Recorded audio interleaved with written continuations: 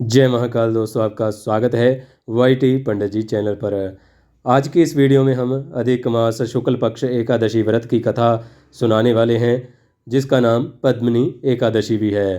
तो इस वीडियो को आरंभ करते हैं। सब्सक्राइब कीजिए वाई टी पंडित जी चैनल को और इस घंटी को दबाइए नए वीडियो सबसे पहले देखने के लिए।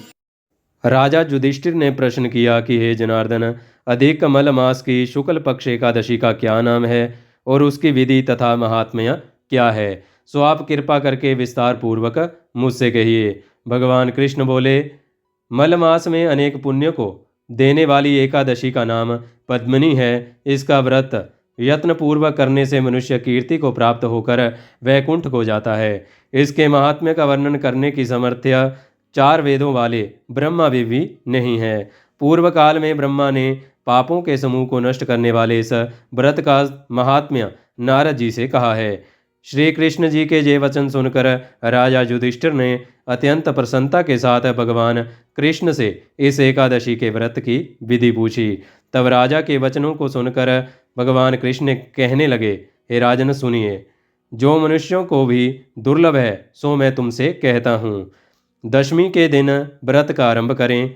दशमी के दिन कांसे के पात्र में भोजन, मांस, मसूर, चना, कोदो, शाक, मधु और पराया अन्न, ये 8 चीज़ें वर्जित हैं, इन्हें नहीं खाना है। हविष्य अर्थात जौ, चावल आदि का भोजन करें तथा नमक नहीं खाना चाहिए। पृथ्वी पर सोएं तथा ब्रह्मचर्य से रहें। एकादशी के दिन प्रातः ब्रह्म मुहूर्त में उठें, शौच आदि से निवृत्त होकर दंत धावन करें, दातुन आदि करें और 12 कुल्ले करके जल से कुल्ले करके शुद्ध हो जाएं। सूर्य उदय होने से पहले उत्तम तीर्थ में स्नान करने के लिए जाएं। सूर्य उदय होने से पहले उत्तम तीर्थ में स्नान करने के लिए जाएं। उसमें गोबर, मिट्टी, तिल और कुशा तथा आंवले के चूर्ण से विधि पूर्वक स्नान करें और जय मंत्र पढ़ें। मृतिकय, तुमको शतक बाहु रूप वाराह भगवान ने उठाया है, ब्रह्मा जी ने तुमको दिया है और कश्यप मुनि से अभिमंत्रित की गई हो। मेरे नेत्रों, बालों और सारे शरीर में लगकर भगवान की पूजा के लिए मुझे शुद्ध कर दो। हे मृतिके, मैं तुमको नमस्कार करता हूँ। समस्त औषधियों से उत्पन्न और गौ के उदर में स्थित पृथ्वी को पवित्र करने वाला गोबर मुझको पवित्र करे। ब्रह्मा के थूक से उत्पन्न होने वाले तथा सारे भुवन को पवित्र करने वाली धात्री को नमस्कार है। तुम्हारे स्पर्श से मेरा शरीर पवित्र हो। हे शंख चक्र गदा धारी देवता श्री विष्णु भगवान, आप मुझको अपने तीर्थ में स्नान करने की आज्ञा दीजिए। इस प्रकार कहकर वरुण के मंत्रों को पढ़ता हुआ गंगा आदि तीर्थों को स्मरण कर जलाशय में विधि पूर्वक स्नान करें और मुख, पीठ, हृदय तथा शरीर का खूब अच्छी तरह मार्जन करें, अच्छे से धोएं। सुंदर, स्वच्छ, फटा हुआ ना हो ऐसा श्वेत वस्त्र धारण कर भगवान विष्णु का पूजन करें तो बड़े से बड़े पाप नष्ट हो जाते हैं। फिर संध्या, तर्पण आदि अपना नित्य कर्म नित्य नियम करके विष्णु भगवान के मंदिर में जाकर उनकी पूजा करें। स्वर्ण के बने हुए राधिका के सहित कृष्ण और पार्वती सहित भगवान शिव का पूजन करें। कलश के ऊपर तांबे का या मिट्टी के पात्र से में देवता की मूर्ति रखें। स्वर्ण अथवा चांदी की विष्णु भगवान की मूर्ति स्थापित करके भगवान का पूजन करें। उस ऋतु में होने वाले कमल आदि पुष्प चढ़ाएं। धूप, दीप, नैवेद्य आदि विविध सामग्रियों से भगवान का पूजन करें।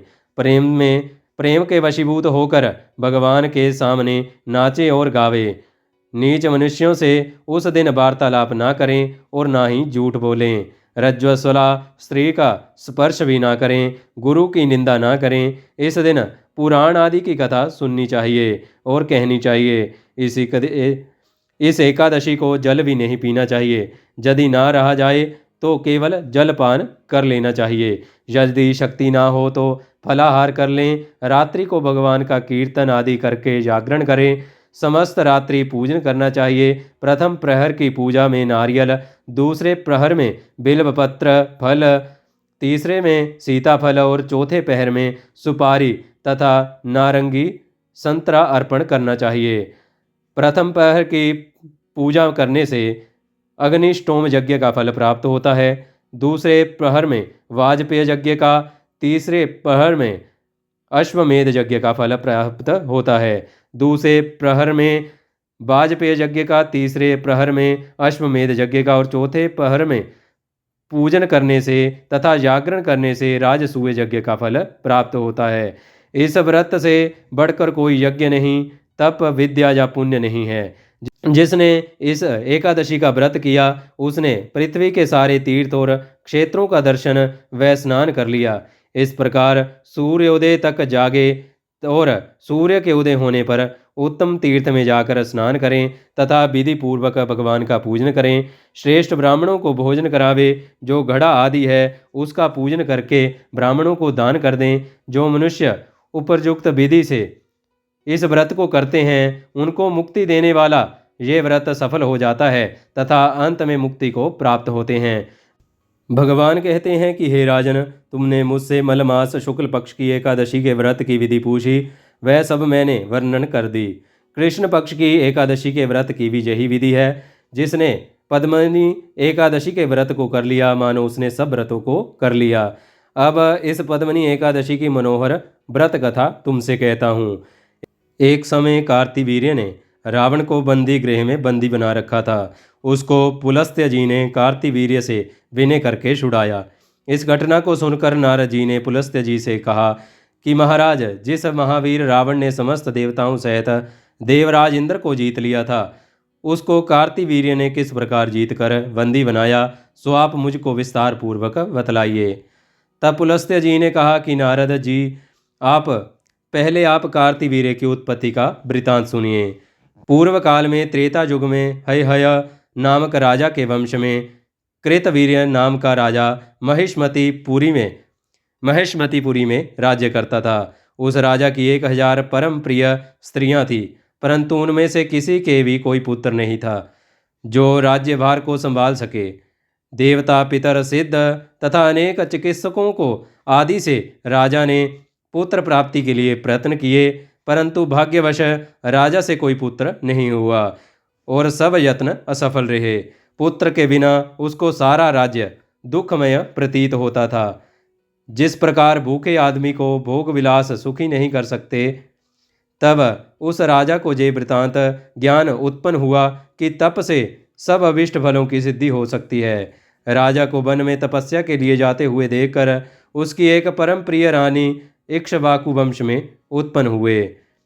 राजा हरिश्चंद्र की पद्मनी नाम एक वाली कन्या राजा के साथ जाने को तैयार हुई और दोनों ही अपने अंग के साथ सुंदर वस्त्र और आभूषणों को त्याग कर वलकल जंगल के वस्त्र धारण कर गंधमादन पर्वत पर चले गए।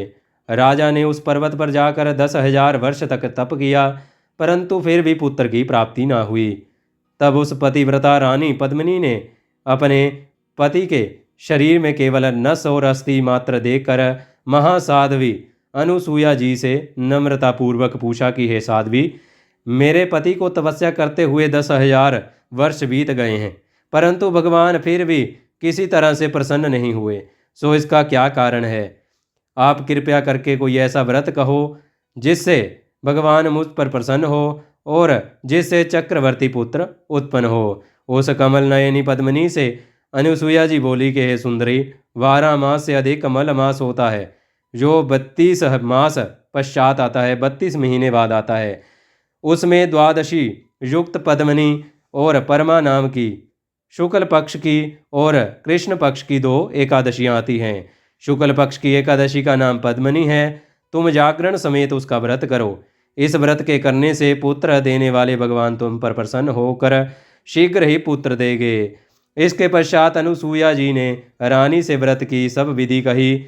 उसको सुनकर वह सुंदर रानी पद्मिनी पुत्र प्राप्ति की इच्छा से इस व्रत को करने लगी। वह सदैव एकादशी को निराहार रहती और रात को जागरण करती। इस प्रकार व्रत के समाप्त होने पर भगवान विष्णु प्रसन्न होकर गरुड़ पर आरूढ़ होकर उसके पास आए और वर मांगने के लिए कहा। भगवान की सुंदर वाणी सुनकर उस पतिव्रता ने उनकी स्तुति की और विनय की कि महाराज, आप मेरे पति को वरदान दीजिए। तब भगवान बोले कि हे सुंदरी, मलमास में मलमास के समान मुझको और कोई दूसरा मास प्रिय नहीं। उसमें जो प्रीति को बढ़ाने वाली एकादशी का व्रत तुमने अनुसुईया जी के कथन के अनुसार किया है तथा जागरण भी किया है, इस एकादशी से अधिक प्रिय मुझे कोई वस्तु नहीं है। इसलिए मैं तुम पर अत्यंत प्रसन्न हूँ। ऐसा कहकर संसार के दुखों को नाश करने वाले भगवान विष्णु ने राजा से कहा कि हे राजन, जिससे आपका मनोरथ सिद्ध हो वही वर मांगो। मैं अत्यंत प्रसन्न हूँ। तब राजा ने बड़े बलवान पुत्र का वर मांगा और कहा कि हे प्रभु, ये पुत्र ऐसा हो कि आपके अतिरिक्त देवता, मनुष्य, देव, नाग, दैत्य, राक्षस आदि कोई भी इसको ना मार सके। राजा की ये बात सुनकर भगवान वरदान देकर अंतर्ध्यान हो गए। इसी वर के प्रभाव से पद्मिनी के कार्तवीर्य उत्पन्न हुए। उसके समान तीनों लोकों में कोई बलवान नहीं हुआ। तीनों लोकों में भगवान के सिवा उसको जीतने में कोई समर्थ्य नहीं हुआ। तब यदि दशकंदर रावण कार्तवीर्य से पराजित हो गया तो इसमें कोई आश्चर्य की बात नहीं है, क्योंकि महाबली कार्तवीर्य देवताओं के भी देवता भगवान विष्णु के वर से उत्पन्न हुए हैं। इतना कहकर पुलस्त्य मुनि अपने आश्रम को चले गए।